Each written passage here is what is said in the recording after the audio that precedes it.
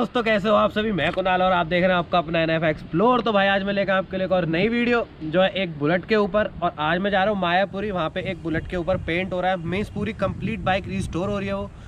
और रिस्टोर हो रही है ये इंपॉर्टेंट नहीं है भाई, उसका मॉडल इंपॉर्टेंट है। वो मॉडल है 1986 का, मतलब काफ़ी पुराना। और अब आप सोचोगे कि भाई इतने पुराने मॉडल को रिस्टोरेशन कराने का क्या मतलब है। तो भाई ये एक शौक है और शौक बहुत बड़ी चीज़ है। मुझे पर्सनली नहीं पता उसमें क्या क्या होने वाला है, क्योंकि मॉडल काफ़ी ज़्यादा पुराना है और मेरे लिए भी ये न्यू है। और जो भाई बाइक अपनी रिस्टोर करवाना चाहते हैं तो वो भी एक बार वहाँ पे आके देख सकते हैं। तो अब चलते हैं मायापुरी और करते हैं वीडियो को शुरू। A few moments later.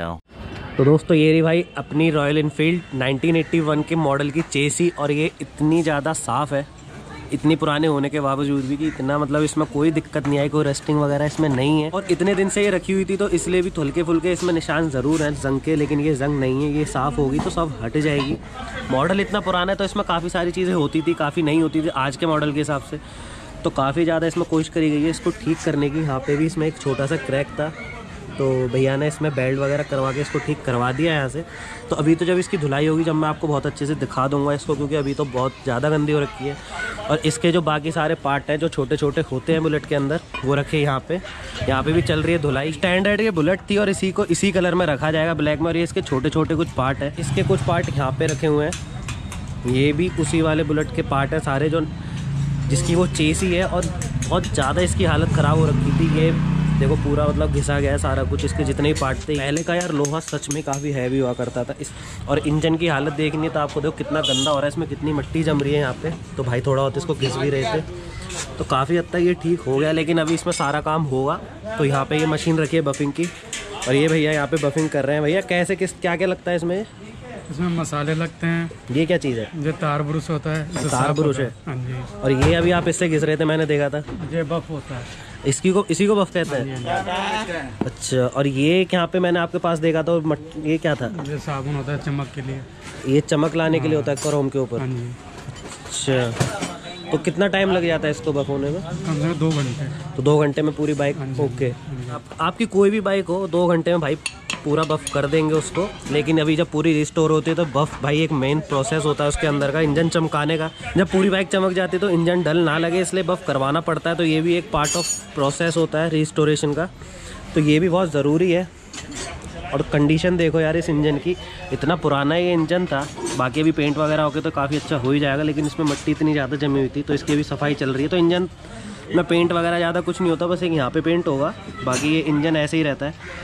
लेकिन इसमें शाइन देखो कितनी प्यारी आ रही है। अरे इतना पुराना ये इंजन है फिर भी देखो कितना क्लियर चमक रहा है ये। तो इसको होने देते पहले, पार्ट वगैरह इसके यहाँ धुल ही रहे हैं। ये रखी इसकी चेसी। अब बची इसकी टंकी। भाई इसकी टंकी गई हुई है, उसमें छोटे छोटे डेंट थे तो वो गई है डेंट निकलने के लिए। और यहीं पास में ही शॉप है इस साइड में, तो वो तो काम होके आ जाएगा। तो पहले भाई इस काम को होने देते, देखते हैं इसके बाद नेक्स्ट प्रोसेस क्या होता है।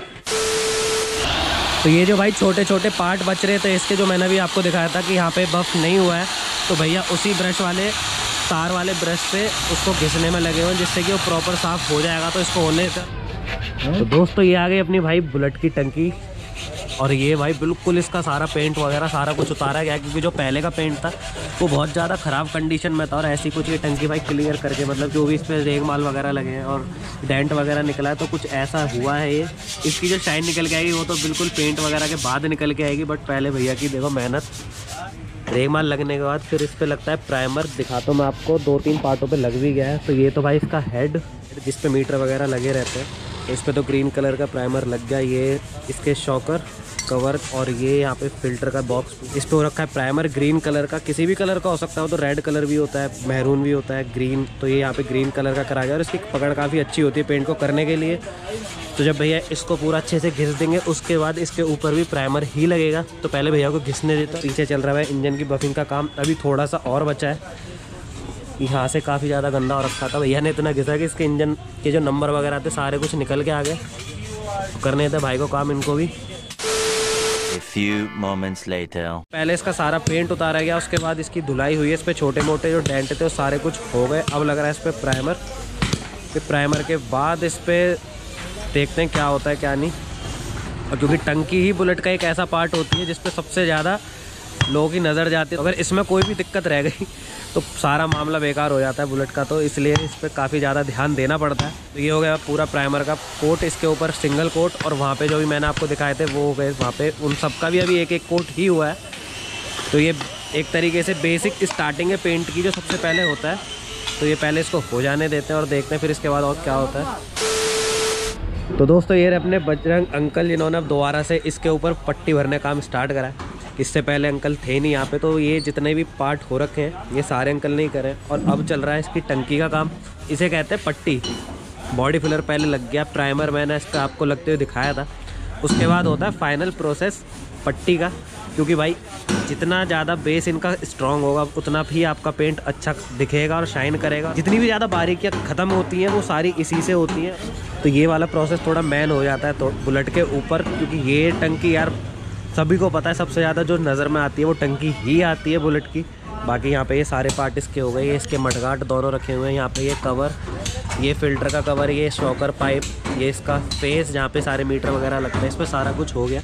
बस अब यही एक पार्ट बचा है इसका, बाकी इसके छोटे छोटे पार्ट है वो यहाँ पे खुल गए। भैया ने काफ़ी अच्छे से इनको साफ़ कर दिया। बाकी यहाँ पे एक पुरानी जो बुलेट की टंकी रखी हुई थी उसमें मैं आपको साफ रिफ्लेक्ट होता दिखूंगा, इतना भाई ने मेहनत से इसको रगड़ा है, पूरा चमका दिया। ये स्टैंडर्ड की ही टंकी है जो अंकल ने पेंट करी थी, एक भी आपको इसमें कमी नहीं दिखेगी। जो भी अंकल वहाँ पे उस टंकी को कर रहे हैं वो सेम इसी कलर की होगी, तो आप इससे थोड़ा आइडिया लगा सकते हो कितनी चमकेगी आपकी टंकी जो भी आप करवाओगे। मैं तो कम्प्लीटली सेटिस्फाई होता हूँ यार अंकल के काम से। आप देख लो, मैं पास से दिखाता हूँ आपको जो कितनी ज़्यादा शाइन है इसके अंदर। ये इलेक्ट्रा है, इसके सिर्फ इंजन होता है, क्योंकि इसका जो शॉकर होता है वो पेंट होता है, इसमें बफिंग नहीं होती। बफ होता है सिर्फ इंजन। इलेक्ट्रा के अंदर जो क्लासिक और स्टैंडर्ड होता है उसके शॉकर भी होते हैं। तो इन चीज़ों का, छोटी छोटी चीज़ों का भाई ध्यान रखना। बाकी ये अंकल की शॉप है, यहाँ पे रखे हैं कुछ इंजन बाइक के पुराने जो ठीक होने आ रखे हैं। बाकी यहाँ पे लटक रही है टंकियाँ काफ़ी सारी, सब पे आपको शाइन दिखाई देगी। बाकी यहाँ पे सारी बुलेटों की चेसी और शॉकर मडगाट ये सब पड़े हुए, क्योंकि अभी अंकल को वो सब रेडी करके देनी है। ये तो अंकल की रही शॉप, और यहाँ पे चल रहा है सारा काम। बफ वगैरह इन दोनों चीज़ों का हो गया क्लियर। बाकी अब ये दूसरे वाले पार्ट पर अंकल यहाँ पे पट्टी लगा रहे हैं। तो यही कुछ पार्ट है जो पट्टी लगने से भी बचे हुए हैं। बाकी ये सारा कुछ हो गया इसका क्लियर, वो हो गई उसकी टंकी। A few moments later. दोस्तों ये रही चेसी अपनी जो बुलेट की थी, और इस पर पेंट होना हो गया स्टार्ट। ये हो रहा है इस पर ब्लैक पेंट, क्योंकि पूरी बाइक ही ब्लैक होनी है। बहुत ज़्यादा बारीकियों से देखना पड़ता है इन सब चीज़ों को, क्योंकि इस पर सरफेसर वगैरह कुछ नहीं लगता, डायरेक्ट पेंट होता है।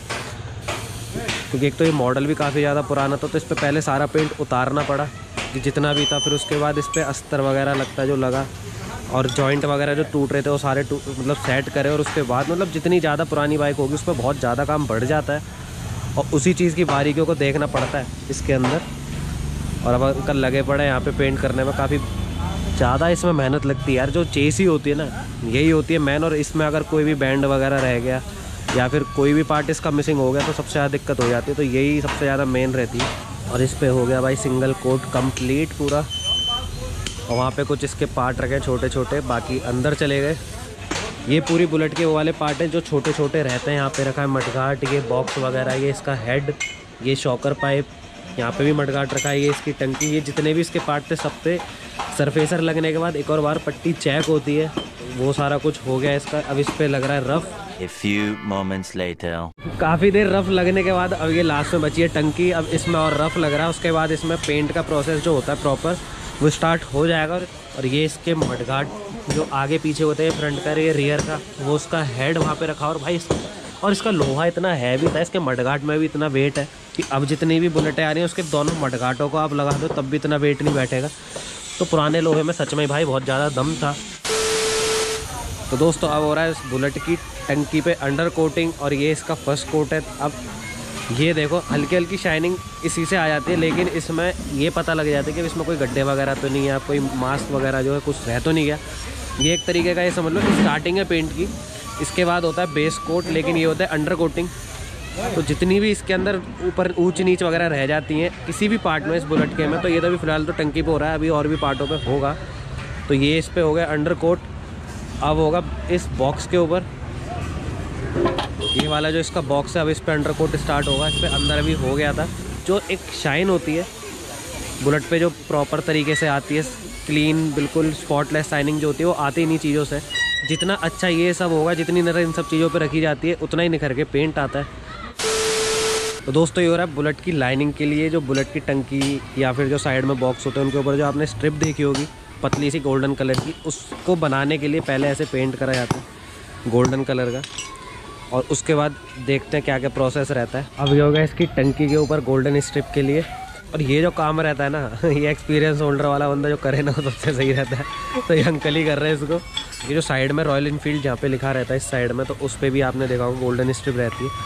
तो बहुत से बंदे पूछते थे यार कैसे बनती है कैसे बनती है, तो ऐसे गोल्डन स्ट्रिप बनती है टंकी वगैरह या जो साइड के बॉक्स होते हैं वहाँ पे। तो वो दोनों बॉक्स रख गए पेंट हो गए, एक यहाँ पे ये पेंट हो गया।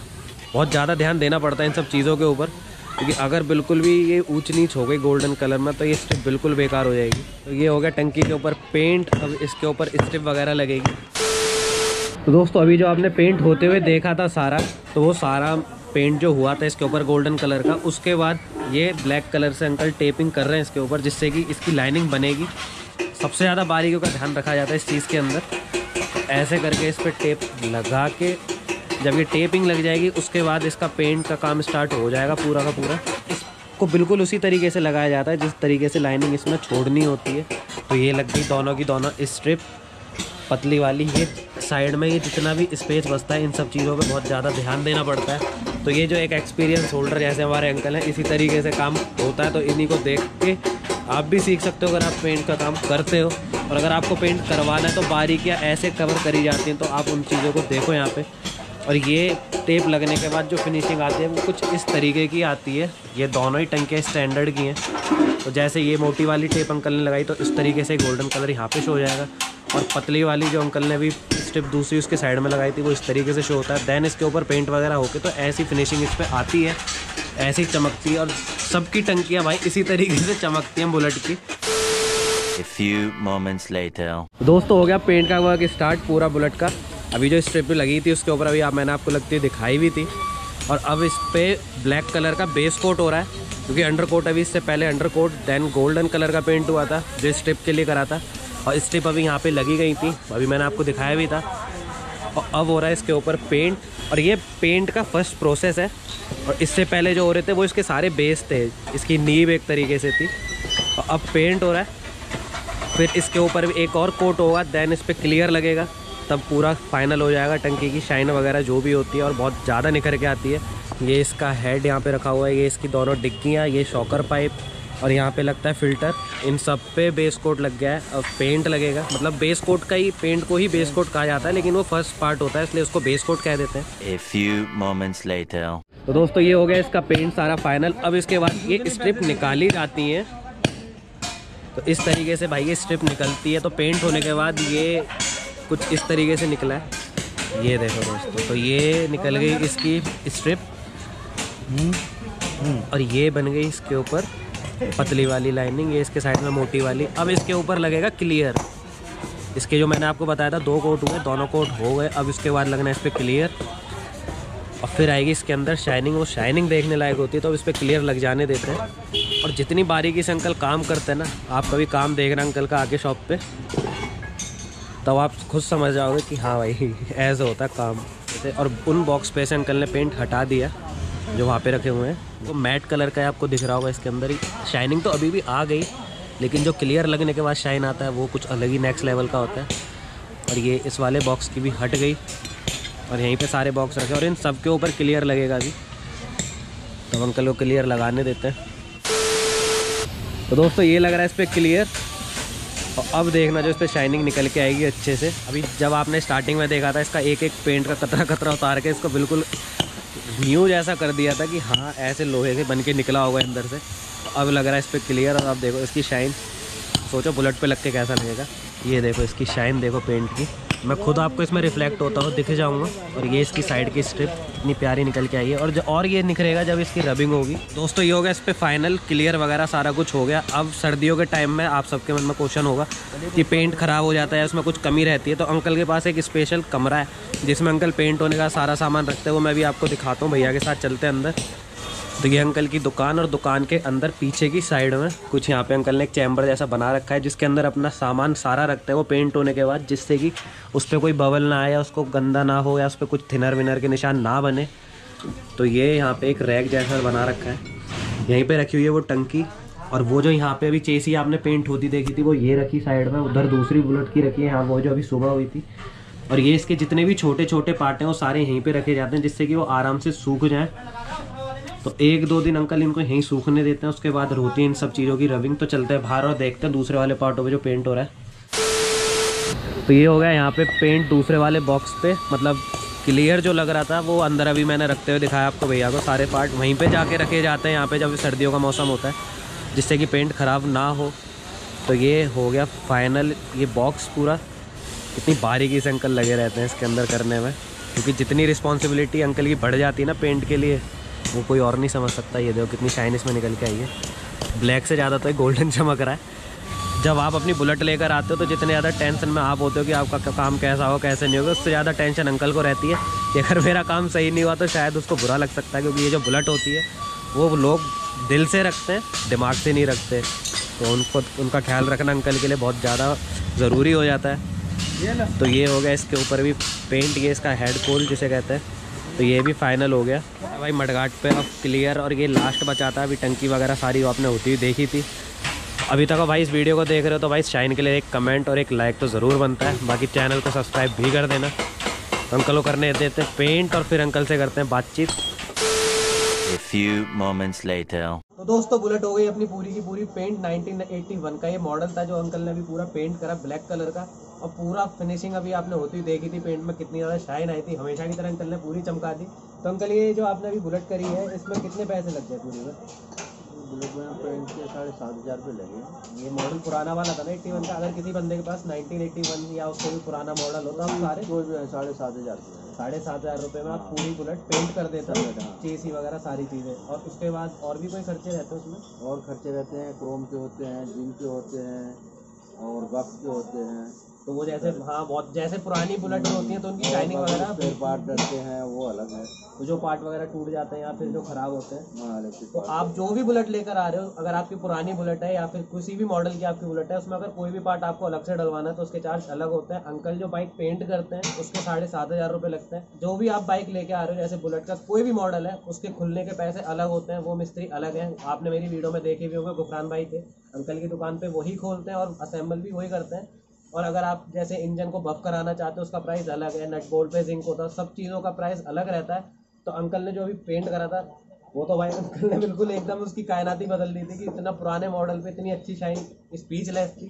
आप अपनी बुलेट को भी यहाँ पे लेके आ सकते हो। तो मैं अंकल से आपको एड्रेस बता दूँ। अंकल एड्रेस क्या शॉप का? B11 खजान बस्ती गुरुद्वारा रोड। खजान बस्ती गुरुद्वारा रोड मायापुरी के अंदर आप यहाँ पे आके अपनी बुलेट पेंट करा सकते हो। अंकल का नंबर और एड्रेस जो अंकल के कार्ड होता है उसको मैं वीडियो में फ्लैश कर दूंगा, आप देख लेना। नीचे डिस्क्रिप्शन में भी अंकल का सारा एड्रेस वगैरह आपको मिल जाएगा। तो यही थी पूरी वीडियो भाई बुलेट के पेंट के ऊपर। नेक्स्ट वीडियो आप देखोगे इसके असेंबल के ऊपर। इस रिलेटेड कोई भी आपको बातचीत पूछनी या कोई भी चीज़ हो तो आप कमेंट सेक्शन में ज़रूर कमेंट करना। बाकी भाई वीडियो करना लाइक, चैनल करना सब्सक्राइब। मिलते हैं अंकल की किसी नई वीडियो में, जब तक के लिए बाय बाय, टेक केयर।